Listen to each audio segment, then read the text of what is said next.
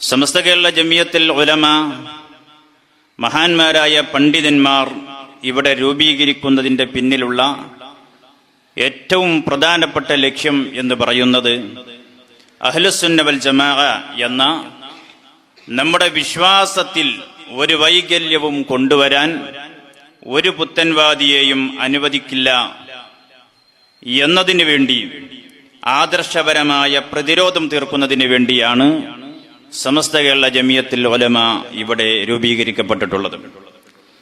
നമ്മുടെ കേരളത്തെ സംബന്ധിച്ച് നമുക്കറിയാവുന്നതാണ്, വിശുദ്ധ ദീനുൽ ഇസ്ലാമിന്റെ മഹത്തായ വെളിച്ചം ഹബീബായ മുഹമ്മദുർ റസൂലുള്ളാഹി സ്വല്ലല്ലാഹു അലൈഹി വസല്ലമ തങ്ങളുടെ കാലം തന്നെ മഹത്തായ നമ്മുടെ കേരളത്തിലേക്ക് ഇസ്ലാമിന്റെ പ്രകാശം എത്തിയിട്ടുണ്ട്.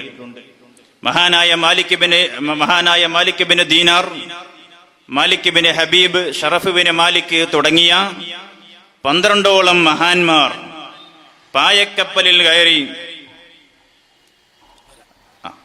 അറബിക്കടലിലൂടെ വളരെ ത്യാഗം ചെയ്തുകൊണ്ട് സഞ്ചരിച്ച് നമ്മുടെ കേരള തീരത്ത് വന്നിറങ്ങി. അവർ കൊല്ലം, മാടായി, ശ്രീകണ്ഠപുരം, ധർമ്മടം തുടങ്ങി 10ഓളം സ്ഥലങ്ങളിൽ അവർ 10 പള്ളി നിർമ്മിച്ചിട്ടുണ്ട്. ആ മഹാന്മാർ ഹബീബായ നബി സല്ലല്ലാഹു അലൈഹി വസല്ലമ തങ്ങളുടെ കാലം തന്നെ നമ്മുടെ കേരളത്തിൽ വരികയും കേരളത്തിൽ പള്ളി നിർമ്മിക്കപ്പെടുകയും ചെയ്തിട്ടുണ്ട്. അത്തരം പള്ളികളിൽ ചരിത്ര ലിപികൾ കുത്തിവെച്ചതായി നമുക്ക് കാണാൻ കഴിയും. പള്ളി നിർമ്മിക്കപ്പെട്ടത് സന 5 ഹിജറ 5-ാം വർഷം നമ്മുടെ കേരളത്തിൽ പള്ളികൾ നിർമ്മിക്കപ്പെട്ടിട്ടുണ്ട്. നിർമ്മിച്ചവർ സ്വഹാബത്താണ്.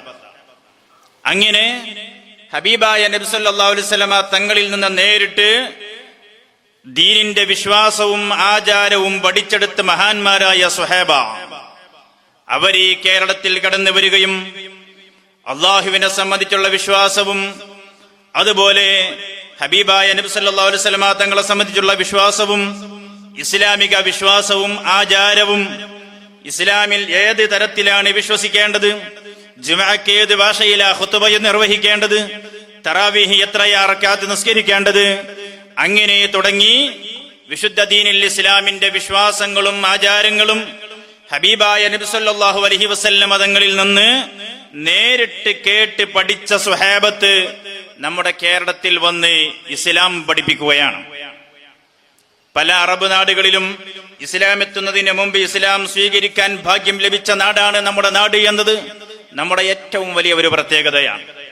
പ്രിയപ്പെട്ട സഹോദരങ്ങൾ, മനസ്സിലാക്കണം, അങ്ങനെ 1400 വർഷങ്ങൾക്ക് മുമ്പ് പരിശുദ്ധമായ ദീനുൽ ഇസ്ലാം നമ്മുടെ കേരളത്തിൽ വരികയും സ്വഹാബത്ത് അത് പഠിപ്പിക്കുകയും കേരളത്തിലെ മുഴുവൻ മുസ്ലിമീങ്ങളും ഒരു അനൈക്യവുമില്ലാതെ അള്ളാഹുവിനെ സംബന്ധിച്ചുള്ള വിശ്വാസത്തിൽ ഒരു അനൈക്യമോ അഭിപ്രായ വ്യത്യാസമോ ഇല്ലാതെ ഇസ്ലാമിലെ ആചാരങ്ങളെ സംബന്ധിച്ച് അതിന്റെ രൂപഭാവങ്ങളെ സംബന്ധിച്ച് ഒരു അനൈക്യവുമില്ലാതെ ഐക്യത്തോടെ ഒറ്റക്കെട്ടായി മുസ്ലിം സമൂഹം മുന്നോട്ട് പോയിക്കൊണ്ടിരിക്കുകയാണ്.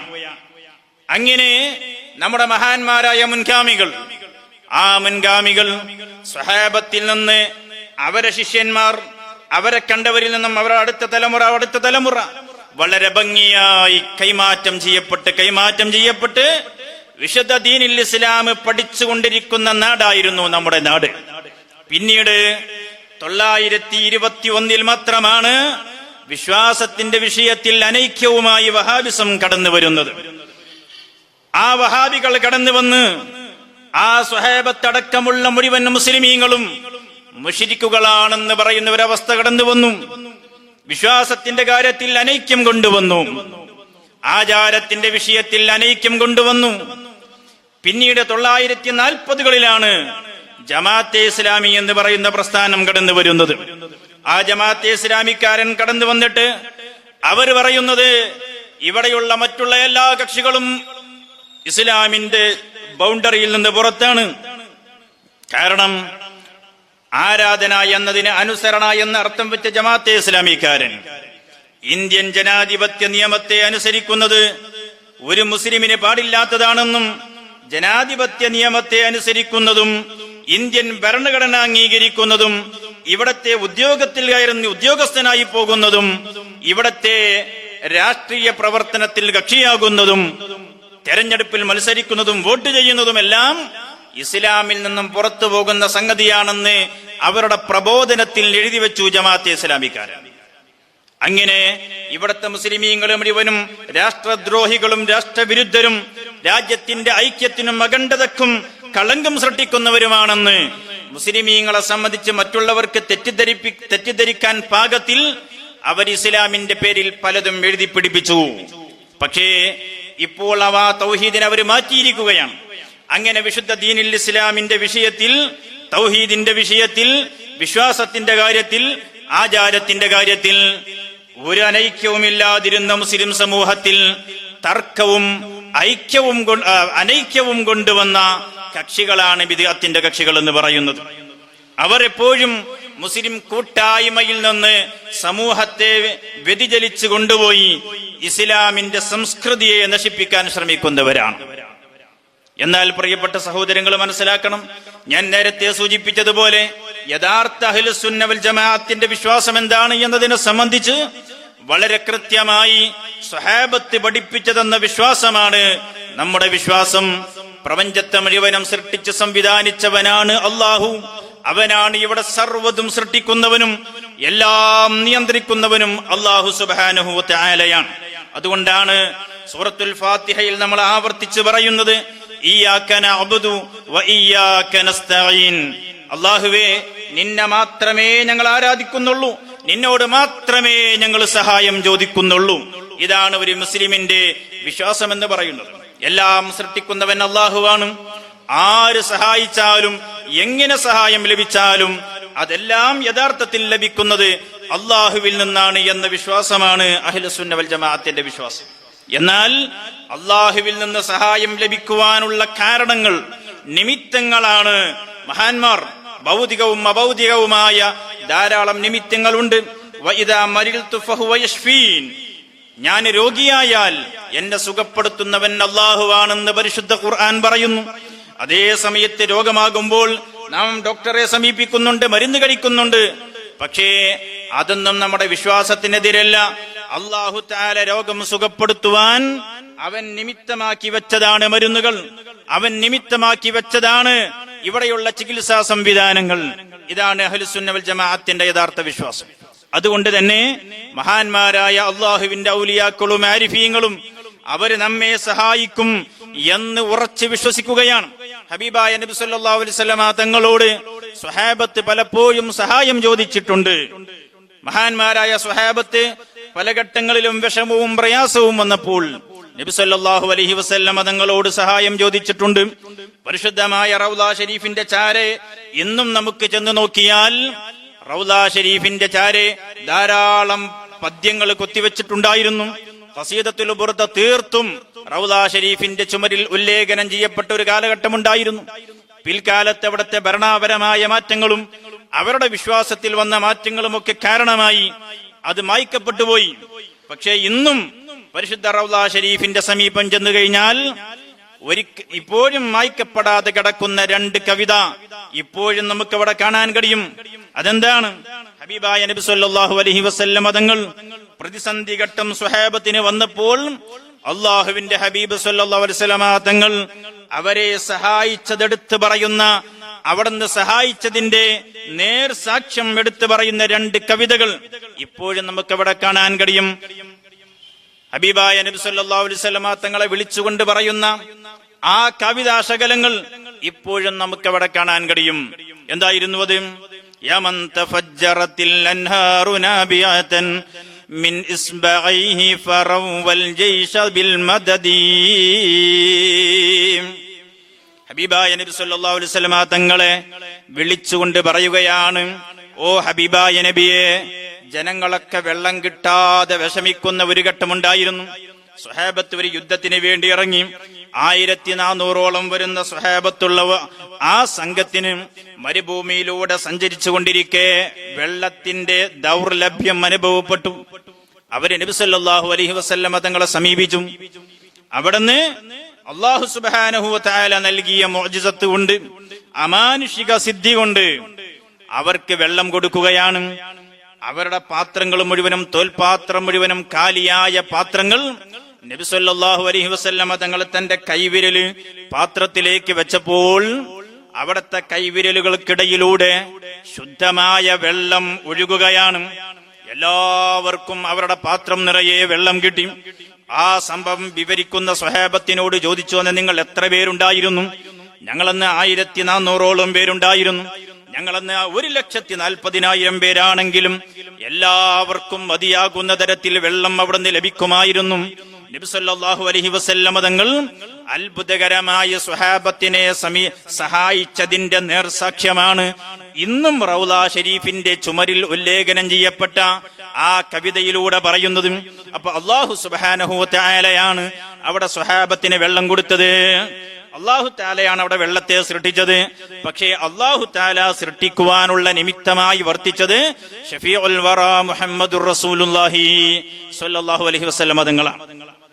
അഹ്ലുസുന്ന വൽ ജമാഅ വളരെ കൃത്യമായി വിശ്വസിച്ചുകൊണ്ടിരിക്കുന്ന വിശ്വാസമാണ്, ഒരു മാറ്റവുമില്ല. ഇത് തന്നെയാണ് സ്വഹാബത്ത് പഠിപ്പിച്ചതും, ഇത് തന്നെയാണ് ഹബീബായ നബി സല്ലല്ലാഹു അലൈഹി വസല്ലം തങ്ങൾ പഠിപ്പിച്ചത്.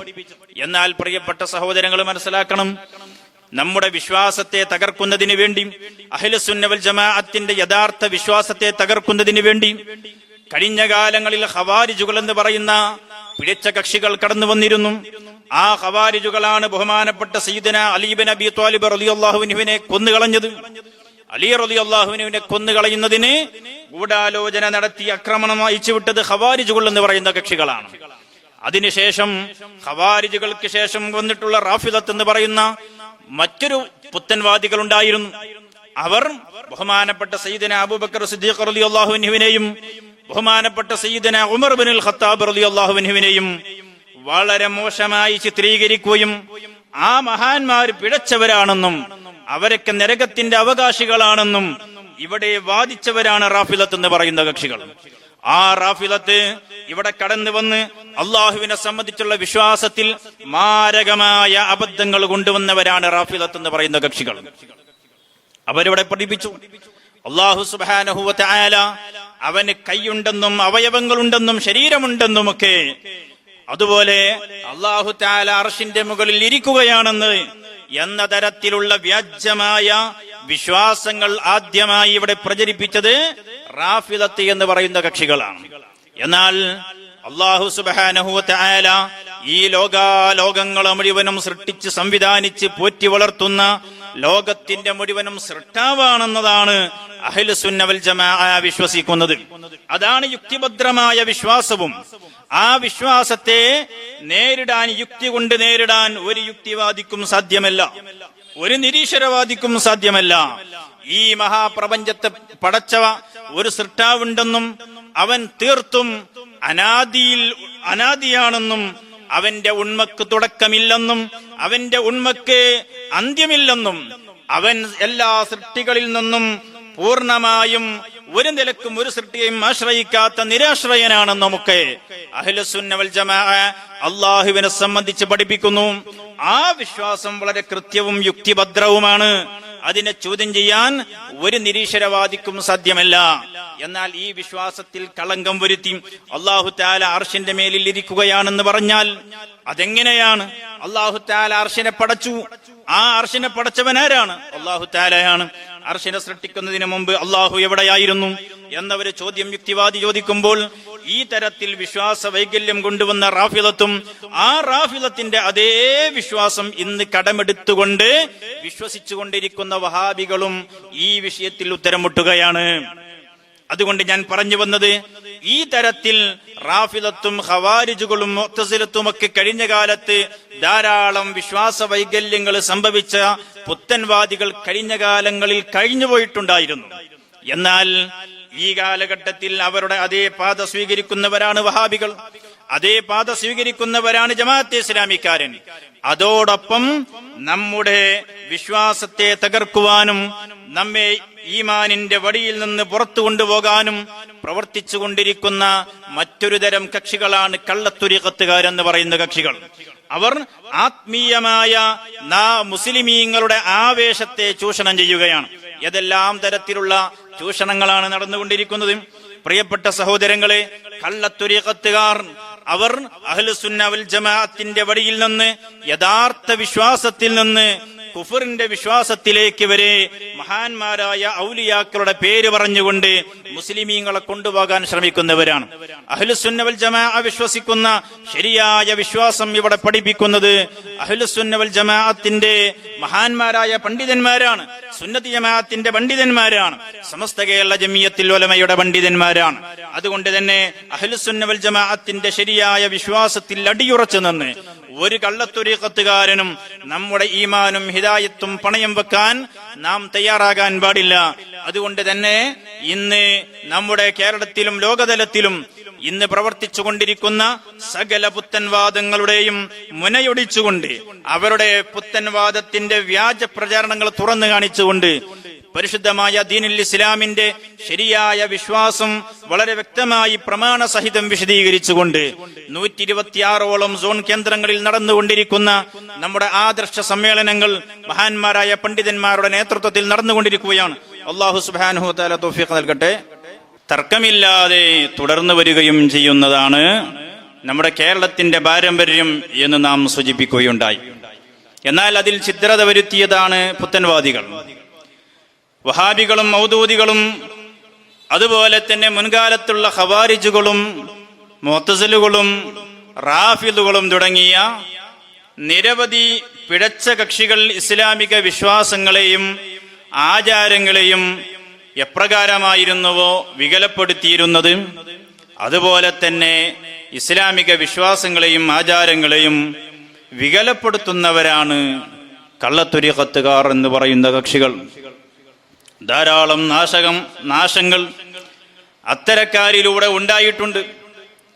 ആ കള്ളത്വരീഖത്തുകാരുടെ ഏറ്റവും പ്രധാനപ്പെട്ട വാദം എന്ന് പറയുന്നത്, അത് ഏത് കള്ളത്വരീഖത്ത് എക്കാലത്ത് വന്നാലും അവരുടെയൊക്കെയും പ്രധാനപ്പെട്ട വാദം എന്ന് പറയുന്നത് ഹബീബായ നബി സല്ലല്ലാഹു അലൈഹി വസല്ലമ തങ്ങളും അതുപോലെ തന്നെ കഴിഞ്ഞ കാലത്ത് അമ്പിയാക്കളും അവർക്ക് ശേഷമുള്ള സ്വഹാബത്തും താബികളും 4 മദ്ഹബിന്റെ ഇമാമുകളും അവർക്ക് ശേഷമുള്ള ഇമാമുകളും അങ്ങനെ കഴിഞ്ഞു വന്ന് ബഹുമാനപ്പെട്ട ഇമാമുൻ നവവി റഹ്മത്തുള്ളാഹി അലൈഹിയും അതിനുശേഷം വന്ന ഇബ്നു ഹജറുൽ ഹൈതമിയും ഇമാം റംലിയും അവർക്ക് ശേഷമുള്ള നമ്മുടെ തന്നെ കേരളക്കാരൻ കൂടിയായ ബഹുമാനപ്പെട്ട സൈനുദ്ദീൻ മഖ്ദൂം റളിയല്ലാഹു അൻഹു അടക്കമുള്ള മുൻകാലത്ത് കഴിഞ്ഞുപോയ മഹാന്മാരായ ഇമാമുകൾ ശരീഅത്തുൽ ഇസ്ലാമിനെ വളരെ കൃത്യമായി നമ്മുടെ മുമ്പിൽ അവതരിപ്പിച്ചിട്ടുണ്ട്.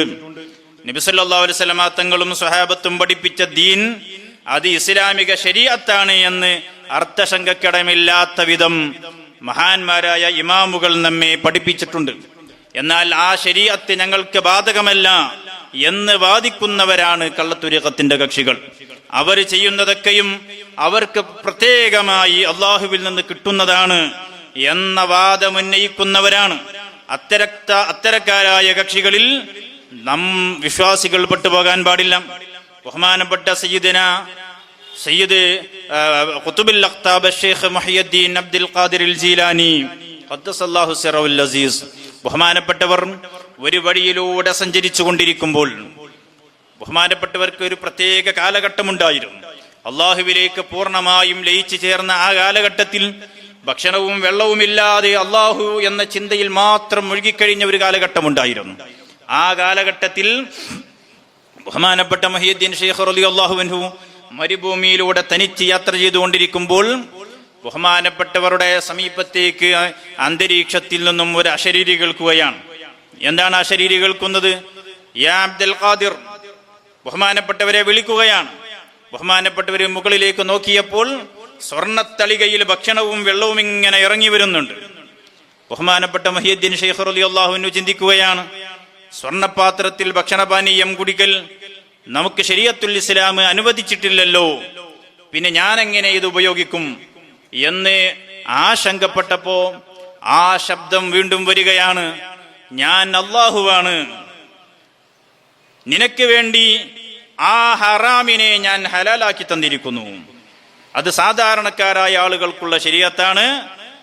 താങ്കൾ ത്വരീഖത്തിൽ കടന്ന ആളാണല്ലോ, അതുകൊണ്ട് നിങ്ങൾക്കൊരു സ്പെഷ്യൽ ത്വരീഖത്ത് ശരീഅത്തിന്റെ നിയമമാണ്. നിങ്ങൾക്ക് ഞാനത് ഹലാലാക്കി തന്നിരിക്കുന്നു എന്ന് പറഞ്ഞു. ഉടനെ തന്നെ മുഹ്യിദ്ദീൻ ശൈഖ് റളിയല്ലാഹു അൻഹു പറഞ്ഞു, ഹബീബായ നബി സല്ലല്ലാഹു അലൈഹി വസല്ലമ തങ്ങൾ ഹറാമാക്കി പഠിപ്പിച്ച ഒരു കാര്യം അത് എനിക്കെങ്ങനെ ഹലാലാകും? അത് എന്നെ വഞ്ചിക്കാൻ വന്ന ശൈത്വാനാണ്, പൊയ്ക്കോ എന്ന് പറഞ്ഞ് അവനെ ആട്ടി ഓടിക്കുകയാണ് ബഹുമാനപ്പെട്ട മുഹ്യിദ്ദീൻ ശൈഖ് റളിയല്ലാഹു അൻഹു. നബി സല്ലല്ലാഹു അലൈഹി വസല്ലമ തങ്ങൾ പഠിപ്പിച്ച ഒരു ഹറാം ത്വരീഖത്തിൽ കടന്നു എന്നതിന്റെ പേരിൽ ഒരാൾക്കും അത് ഹലാലാവൂല.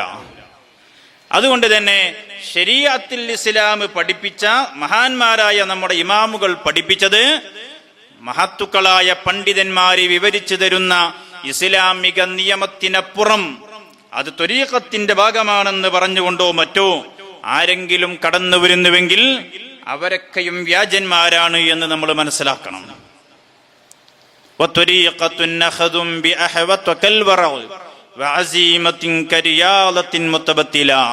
ശരീഅത്തിനെ സൂക്ഷ്മതയോടുകൂടെ കൈകാര്യം ചെയ്യുന്നതിനാണ് ത്വരീഖത്ത് എന്ന് പറയുന്നത്.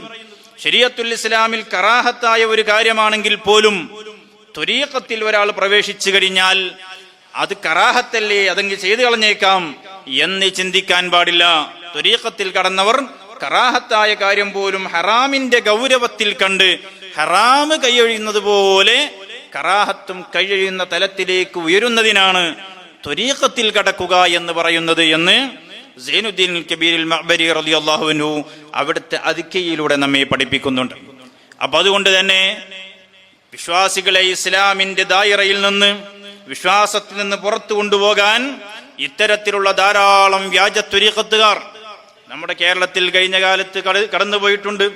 ബഹുമാനപ്പെട്ട ഖുതുബുസ്സമാൻ മമ്പുറന്തങ്ങൾ ഖദ്ദസല്ലാഹു സിറഹുൽ അസീസ് ബഹുമാനപ്പെട്ടവർ യമനിൽ നിന്ന് നമ്മുടെ കേരളത്തിലേക്ക് വന്ന് നമ്മുടെ കേരളത്തെ മലപ്പുറം കേന്ദ്രീകരിച്ച്, മലപ്പുറത്തെ മമ്പുറം കേന്ദ്രീകരിച്ച് പ്രവർത്തിക്കുകയും ആത്മീയമായ വലിയ ഔന്നിത്യം പ്രാപിച്ച് ഖുതുബുസ്സമാൻ എന്ന പദവിയിലേക്ക് എത്തിച്ചേരുകയും ചെയ്ത മഹാനാണ് ബഹുമാനപ്പെട്ട മമ്പുറന്തങ്ങൾ റളിയല്ലാഹു അൻഹു. ബഹുമാനപ്പെട്ടവരുടെ വളരെ പ്രധാനപ്പെട്ട ശിഷ്യനായിരുന്നു ബഹുമാനപ്പെട്ട വെളിയങ്കോട് ഉമർ ഖാദി റളിയല്ലാഹു അൻഹു. വലിയ വിലായത്ത് ലഭിച്ച വെളിയങ്കോട് ഉമർ ഖാദി തങ്ങളാണ് ബഹുമാനപ്പെട്ട മമ്പുറന്തങ്ങൾക്ക് ഖുതുബുസ്സമാൻ എന്ന പേര് ആദ്യമായി വിളിച്ചത്. ബഹുമാനപ്പെട്ട മമ്പുറന്തങ്ങൾ ഖദ്ദസല്ലാഹു സിറഹുൽ അസീസ് തങ്ങൾ വഫാത്താകുന്ന സമയത്ത് ശിഷ്യനായ മുരീദായിരുന്ന വെളിയങ്കോട് ഉമർ ഖാദി തങ്ങളെ സമീപമുണ്ടായിരുന്നില്ല. പക്ഷേ വഫാത്തായ വിവരം കറാമത്ത് കൊണ്ട് ഉമർ ഖാദി റളിയല്ലാഹു അൻഹു അറിഞ്ഞപ്പോൾ നിമിഷക്കവിയായിരുന്ന ഉമർ ഖാദി റളിയല്ലാഹു അൻഹു അവിടെ വെച്ച് ചൊല്ലി, ഖുതുബുസ്സമാനി സിറാജുൽ അർളി സയ്യിദുനാ മിൻ ദാരി ദുനിയ ഇലാ ദാരിൽ ബഖാഇ സറാ. ബഹുമാനപ്പെട്ട ഉമർ ഖാദി റളിയല്ലാഹു അൻഹു അവിടെ വെച്ച് ചൊല്ലുകയാണ്, ഖുതുബുസ്സമാൻ, ഈ കാലഘട്ടത്തിന്റെ ഖുതുബായിരുന്ന ബഹുമാനപ്പെട്ട മമ്പുറന്തങ്ങൾ ഖദ്ദസല്ലാഹു സിറഹുൽ അസീസ് തങ്ങൾ നമ്മുടെ നേതാവാണ്, സയ്യിദാണ്, മഹാനവറുകൾ മിൻ ദാരി ദുനിയ ഇലാ ദാരിൽ ബഖാഇ സറാ, നൈമിഷികമായ ഈ ഐഹിക ലോകത്ത് നിന്ന് എന്നെന്നും ബാക്കിയാകുന്ന അനശ്വരമായ പരലോകത്തേക്ക് യാത്ര പോയിരിക്കുന്നു എന്ന് പറഞ്ഞ് കറാമത്ത് കൊണ്ട് ബഹുമാനപ്പെട്ട മമ്പുറന്തങ്ങൾ ഖദ്ദസല്ലാഹു സിറഹുൽ അസീസ് തങ്ങളുടെ വഫാത്തിന്റെ വിവരം പ്രഖ്യാപിക്കുകയാണ് ബഹുമാനപ്പെട്ട ഉമർ ഖാദി റളിയല്ലാഹു അൻഹു. ആ ഉമർ ഖാദി റളിയല്ലാഹു അൻഹുവിന്റെ കാലഘട്ടത്തിലും ബഹുമാനപ്പെട്ട മമ്പുറന്തങ്ങളുടെ കാലഘട്ടത്തിലും മലപ്പുറം ജില്ലയിലെ കൊണ്ടോട്ടി കേന്ദ്രീകരിച്ച് പ്രവർത്തിച്ചു കൊണ്ടിരിക്കുന്ന കള്ളത്വരീഖത്തുകാർ, ആ കള്ളത്വരീഖത്തിനെതിരെ ബഹുമാനപ്പെട്ട വെളിയങ്കോട് ഉമർ ഖാദി തങ്ങൾ ദീർഘമായി അവരുടെ വാദങ്ങളെ ഗണ്ണിച്ചുകൊണ്ട് കവിത എഴുതിയിട്ടുണ്ട്. അവിടുന്ന് അവരുടെ പുത്തൻ വാദങ്ങളെ ഗണ്ണിച്ചുകൊണ്ട് വളരെ കൃത്യമായി പ്രാമാണികമായി രചനകൾ നടത്തിയിട്ടുണ്ട്. അങ്ങനെ സമസ്ത കേരള ജമിയത്തുൽ ഉലമയുടെ ചരിത്രം എടുത്ത് പരിശോധിക്കുമ്പോഴും ധാരാളം കള്ളത്വരീഖത്തുകാർക്കെതിരെ നടപടി സ്വീകരിച്ചതായി കാണാൻ കഴിയും. എന്തായിരുന്നു കാരണം? അവരുടെയൊക്കെ പ്രധാനപ്പെട്ട കാരണം എന്ന് പറയുന്നത്, മഹാന്മാരായ അള്ളാഹുവിന്റെ ഔലിയാക്കളുടെ പേര് പറഞ്ഞ് ആ ഔലിയാക്കളുടെ കദമിലാണ്, അവരുടെ അതേ വഴിയിലാണ് ഞങ്ങളുള്ളത്, ഞങ്ങളുടെ വഴിയിലേക്ക് വന്നവർ മാത്രമാണ് യഥാർത്ഥത്തിൽ ആത്മീയ വഴിയിൽ പ്രവേശിച്ചവർ എന്ന് തെറ്റിദ്ധരിപ്പിച്ച് ആ മഹാന്മാരുടെ പേര് പറഞ്ഞുകൊണ്ട് ഇസ്ലാമിക വിരുദ്ധമായ പലതും ചെയ്തുകൊണ്ടിരിക്കുന്നതാണ് കള്ളത്വരീഖത്തിന്റെ എക്കാലത്തെയും അവരുടെ ശൈലി എന്ന് പറയുന്നത്. അതുകൊണ്ട് തന്നെ മഹാന്മാരായ സ്വഹാബത്തിന്റെ കാലഘട്ടത്തിലും അതിനുശേഷമുള്ള മഹത്തുക്കളായ ഇമാമിയങ്ങളുടെ കാലഘട്ടത്തിലുമൊക്കെ ഇത്തരത്തിലുള്ള കള്ളന്മാരും വ്യാജന്മാരും വന്നിട്ടുണ്ട്. അത്തരം വ്യാജന്മാരിൽ നിന്ന് വളരെ കരുതലോടെ നിൽക്കേണ്ടതുണ്ട് എന്ന് മഹത്തുക്കളായ നമ്മുടെ പണ്ഡിതന്മാർ കൃത്യമായി നമ്മെ വിശദീകരിച്ച് പഠിപ്പിച്ചു തന്നിട്ടുണ്ട്. ഇക്കാലഘട്ടത്തിലും ബഹുമാനപ്പെട്ട സിഎം വലിയുല്ലാഹി ഖദ്ദസല്ലാഹു സിറഉൽ അസീസ് തങ്ങളുടെ പേരിൽ ധാരാളം വ്യാജ തുരീഖത്തുകാർ നമ്മുടെ നാട്ടിൽ പ്രവർത്തിച്ചു കൊണ്ടിരിക്കുന്നുണ്ട്. സുബ്ഹാനല്ലാഹ്, ഒരു വ്യാജ തുരീഖത്തുകാരൻ അദ്ദേഹത്തിന്റെ വാദം എന്ന് പറയുന്നത് നിസ്കാരം നിർബന്ധമില്ല എന്ന വാദമാണ്. നഊദു ബില്ലാഹ്. നിസ്കാരം നിർബന്ധമില്ല എന്ന് ഒരാൾ വാദിച്ചു കഴിഞ്ഞാൽ അവൻ ഇസ്ലാമിൽ നിന്ന് പുറത്തു പോകുമെന്നാണ് ഇസ്ലാമിന്റെ എല്ലാ കർമ്മശാസ്ത്ര ഗ്രന്ഥങ്ങളിലും കാണുന്നത്. ഒരു മനുഷ്യൻ ജീവനുണ്ടെങ്കിൽ, ജീവനും അദ്ദേഹത്തിന് ബുദ്ധി ബോധവുമുണ്ടെങ്കിൽ നിസ്കാരം ഒഴിവാക്കാൻ ഒരു വകുപ്പുമില്ല. നോമ്പ് ആരോഗ്യമുണ്ടെങ്കിൽ സാധിക്കുമെങ്കിൽ എടുത്താൽ മതി, ഹജ്ജിന് സാധ്യമാകുമെങ്കിൽ പോയാൽ മതി. എന്നാൽ നിസ്കാരത്തിന്റെ വിഷയം അങ്ങനെയല്ല. വെന്റിലേറ്ററിൽ കിടക്കുന്ന ഒരു രോഗിയാണ്, ശരീരം ഒട്ടുമേ ചലിപ്പിക്കാൻ കഴിയില്ല. എന്നാലും ഇസ്ലാമിക ശരീഅത്ത് പറയും അവനോട് നിസ്കരിക്കണം, നിന്റെ മനസ്സുകൊണ്ടെങ്കിലും നിസ്കരിക്കണം. ഒരു വകുപ്പിൽ എങ്ങനെയാണോ സാധ്യമായത് അപ്രകാരം നിസ്കരിക്കണം. നിൽക്കാൻ കഴിയില്ലേ, ഇരുന്നോ. അവിടെ തന്നെ പറഞ്ഞു, നിനക്ക് ഒരാളെ ശമ്പളം കൊടുത്തിട്ട് നിന്നെ പിടിച്ച് അയാളുടെ സഹായത്തോടുകൂടെ നിന്ന് നിസ്കരിക്കാൻ കഴിയുമെങ്കിൽ അങ്ങനെ തന്നെ നിസ്കരിക്കണം. അതിന് കഴിയൂലേ എങ്കിൽ ഇരുന്നോ. അതിനും കഴിയൂലേ എങ്കിൽ ചിരിഞ്ഞു കിടന്നോ, ഇല്ലേ മലർന്നു കിടന്നോ. എന്നിട്ട് എനിക്ക് സാധ്യമാകുന്നത് എങ്ങനെയാണോ എപ്രകാരമാണോ അപ്രകാരം നിസ്കരിക്കണം. യാത്രക്കാരനാണെങ്കിൽ യാത്രയിൽ സാധ്യമായ രൂപത്തിൽ നിസ്കരിക്കണം. ഒരു ഘട്ടത്തിൽ പോലും നിസ്കരിക്കേണ്ടതില്ല എന്ന് ശരീഅത്തുൽ ഇസ്ലാം പറഞ്ഞ ഒരു ഘട്ടവും ഒരു മനുഷ്യന്റെയും ജീവിതത്തിലില്ല. ആ നിസ്കാരം നിർബന്ധമില്ല എന്ന് വാദിക്കുന്നവർ കള്ളത്തുരീഖത്തുകാരുണ്ട്. എന്നല്ല, അദ്ദേഹത്തിന്റെ സമീപത്തേക്ക് പോകുന്നവർക്കും നിസ്കാരം നിർബന്ധമില്ല. സുബ്ഹാനല്ലാഹ് എന്ന് മാത്രമല്ല, പരിശുദ്ധ ഖുർആൻ നിലത്തിട്ട് അതിന്റെ മേലെ ചവിട്ടിക്കയറി നിന്ന് ഈ ഖുർആനിനേക്കാൾ അറിവ് എനിക്കുണ്ട് എന്ന് വാദിക്കുന്ന കള്ളത്തുരീഖത്തുകാർ നമ്മുടെ കേരളത്തിലുണ്ട്. ഇങ്ങനെ തുടങ്ങി ധാരാളം കള്ളത്തുരീഖത്തുകാർ നമ്മുടെ കേരളത്തിൽ പ്രവർത്തിച്ചു കൊണ്ടിരിക്കുന്നുണ്ട്. അവിടെയൊന്നും മുസ്ലിമീങ്ങൾ പെട്ടുപോകരുത്. മഹാന്മാരായ അള്ളാഹുവിന്റെ ഔലിയാക്കൾ, അവർക്ക് അള്ളാഹു തആല ധാരാളം കഴിവുകൾ കൊടുക്കുന്നുണ്ട് എന്ന് സുന്നത്ത് ജമാഅത്ത് വിശദീകരിക്കുന്നുണ്ട്. ഫൽ മുദബ്ബിറാത്തി അംറ, അള്ളാഹു തആല ഇവിടെ മഹാന്മാരായ അള്ളാഹുവിന്റെ ഔലിയാക്കൾക്ക് ധാരാളം കഴിവുകൾ കൊടുക്കുന്നുണ്ട്. ആ മഹാന്മാരോട് ആ കഴിവുകൾ മുൻനിർത്തിക്കൊണ്ട് സഹായം ചോദിക്കുകയും ചെയ്യാം എന്ന് മഹത്തുക്കളായ പണ്ഡിതന്മാര് വിശദീകരിക്കുന്നുണ്ട്. അതുകൊണ്ട് തന്നെ ഔലിയാക്കളോട് സഹായം ചോദിക്കുന്നതും അമ്പിയാക്കളോട് സഹായം ചോദിക്കുന്നതും വിശുദ്ധമായ ദീനുൽ ഇസ്ലാം വളരെ കൃത്യമായി പഠിപ്പിക്കുന്നുണ്ട്. യഅലം അന്നഹു യജൂസു വയഹ്സിനു തവസ്സുലു വൽ ഇസ്തിഗാസതു ബിൽ അംബിയാഇ വൽ ഔലിയാഇ. ബഹുമാനപ്പെട്ട ഇമാം സുബ്കി റളിയല്ലാഹു അൻഹു ശിഫാഉസ് സഖാം ഫീ സിയാറത്തി ഖൈറിൽ അനാം എന്ന് പറയുന്ന ഒരു ഗ്രന്ഥം രചിക്കുകയുണ്ടായി. എന്തായിരുന്നു ആ ഗ്രന്ഥം രചിക്കുവാനുള്ള പശ്ചാത്തലം? ബഹുമാനപ്പെട്ട ഇമാം സുബ്കി റളിയല്ലാഹു അൻഹുവിന്റെ കാലഘട്ടത്തിലാണ് ഇബ്നു തൈമിയ്യ എന്ന് പറയുന്ന ഒരു പണ്ഡിതൻ രംഗത്ത് വരുന്നത്. അദ്ദേഹം രംഗത്ത് വന്നുകൊണ്ട് പറഞ്ഞു, തിരുനബി സല്ലല്ലാഹു അലൈഹി വസല്ലമ തങ്ങളെ സിയാറത്ത് ചെയ്യാൻ പാടില്ലെന്നും അള്ളാഹുവിന്റെ റസൂൽ സല്ലല്ലാഹു അലൈഹി വസല്ലമ തങ്ങളോട് സഹായം ചോദിക്കാൻ പാടില്ലെന്നും വാദിച്ചുകൊണ്ട് ഇബ്നു തൈമിയ്യ കടന്നു വന്നപ്പോൾ ആ ഇബ്നു തൈമിയ്യക്ക് വളരെ കൃത്യമായി മറുപടി പറഞ്ഞുകൊണ്ട് ഇമാം സുബ്കി റളിയല്ലാഹു അൻഹു രചിച്ച കിതാബാണ്, ഗ്രന്ഥമാണ് ലോകപ്രസിദ്ധമായ ശിഫാഉസ് സഖാം ഫീ സിയാറത്തി ഖൈറിൽ അനാം. ആ കിതാബിന്റെ പേര് തന്നെ ഇബ്നു തൈമിയ്യന്റെ മറുപടിയാണ്, ഇബ്നു തൈമിയ്യക്കുള്ള മറുപടിയാണ്. ശിഫാഉസ് സഖാം ഇബ്നു തൈമിയ്യയുടെ രോഗത്തിനുള്ള മരുന്നാണ് ഈ കിതാബ്. ഏത് രോഗമാണ് ഇബ്നു തൈമിയ്യ ബാധിച്ചത്? ഫീ സിയാറത്തി ഖൈറിൽ അനാം.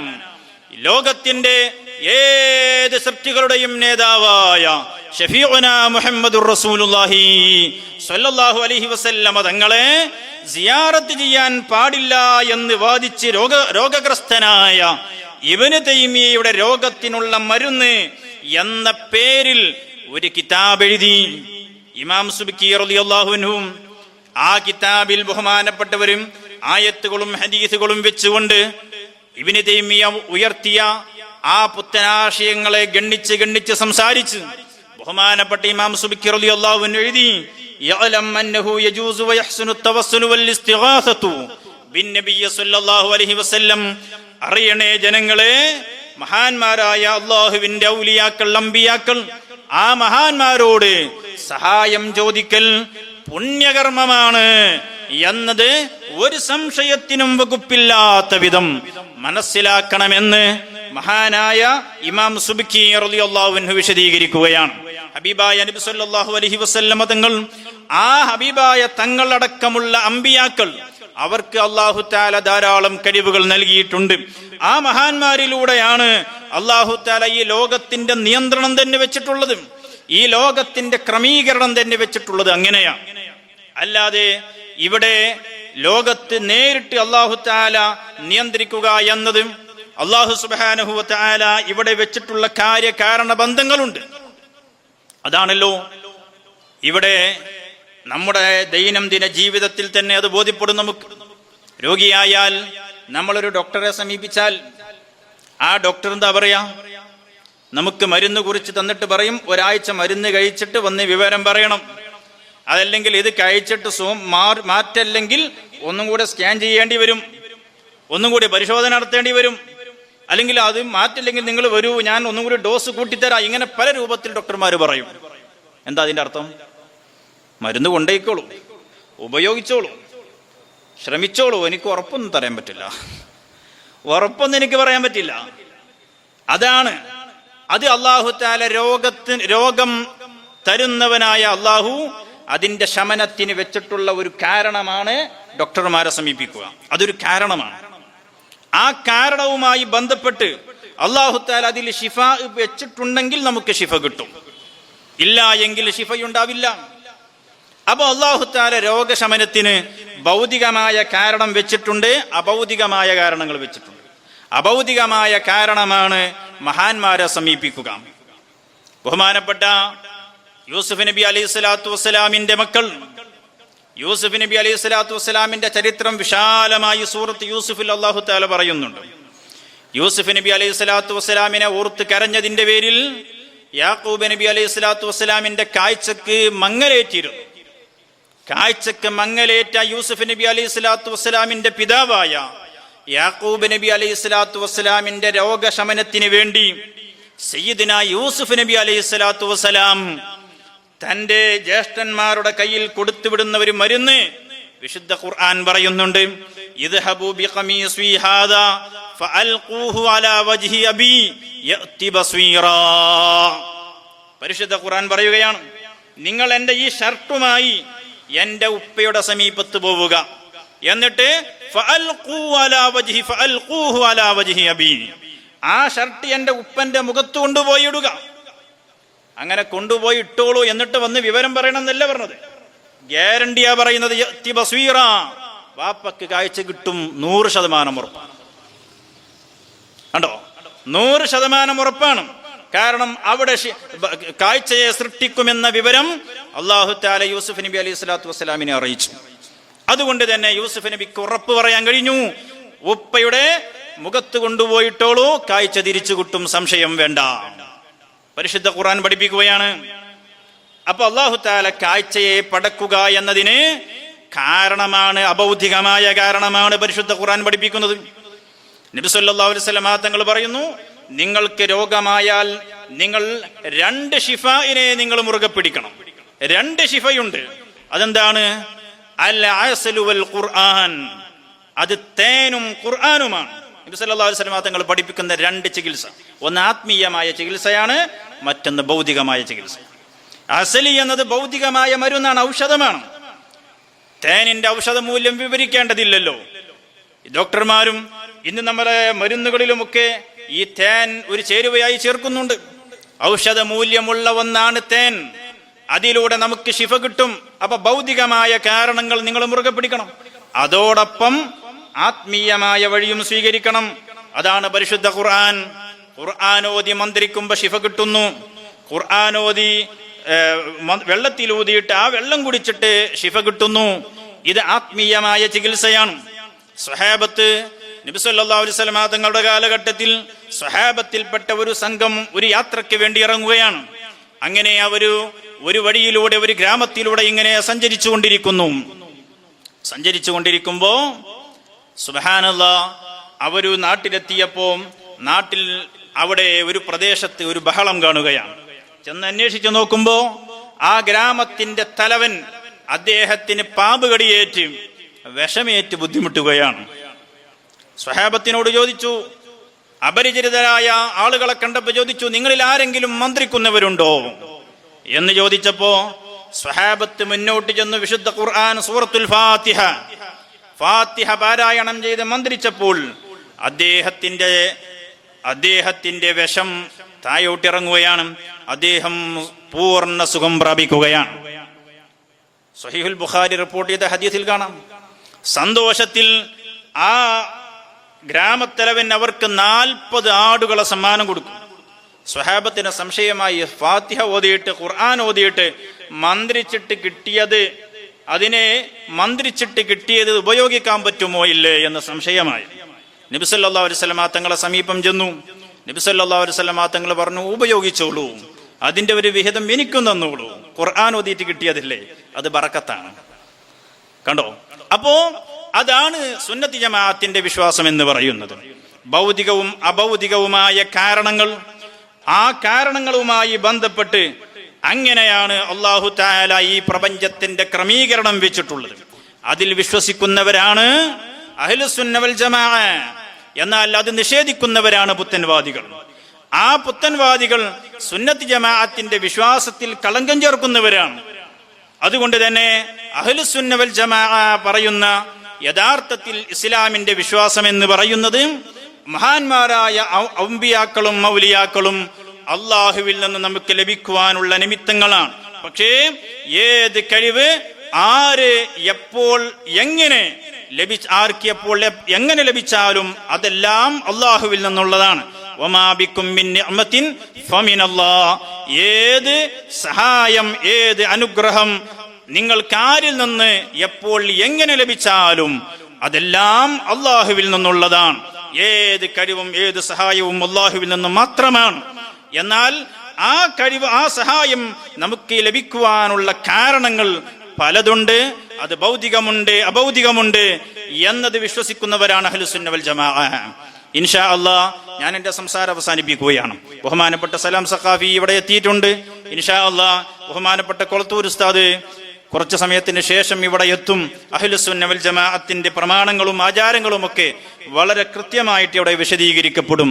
അല്ലാഹു സുബ്ഹാനഹു വ തആല സുന്നത്തി ജമാഅത്തിന്റെ കർമ്മധീര പോരാളികളായി ജീവിപ്പിച്ച് ഇൻഷാ അല്ലാഹ് അവസാനം മരണം ഖൈറാകുന്ന സമയത്ത് കാമിലായ മുഅ്മിനീങ്ങളായി മരിക്കുവാൻ ഇത്തരത്തിലുള്ള വേദികൾ നമുക്ക് കാരണമാക്കി തരട്ടെ എന്ന് ദുആ ചെയ്ത് വാക്കുകൾ അവസാനിപ്പിക്കുന്നു. വആഖിറു ദഅ്വാനാ അനിൽ ഹംദുലില്ലാഹി റബ്ബിൽ ആലമീൻ. അസ്സലാമു അലൈക്കും വറഹ്മത്തുള്ളാഹി.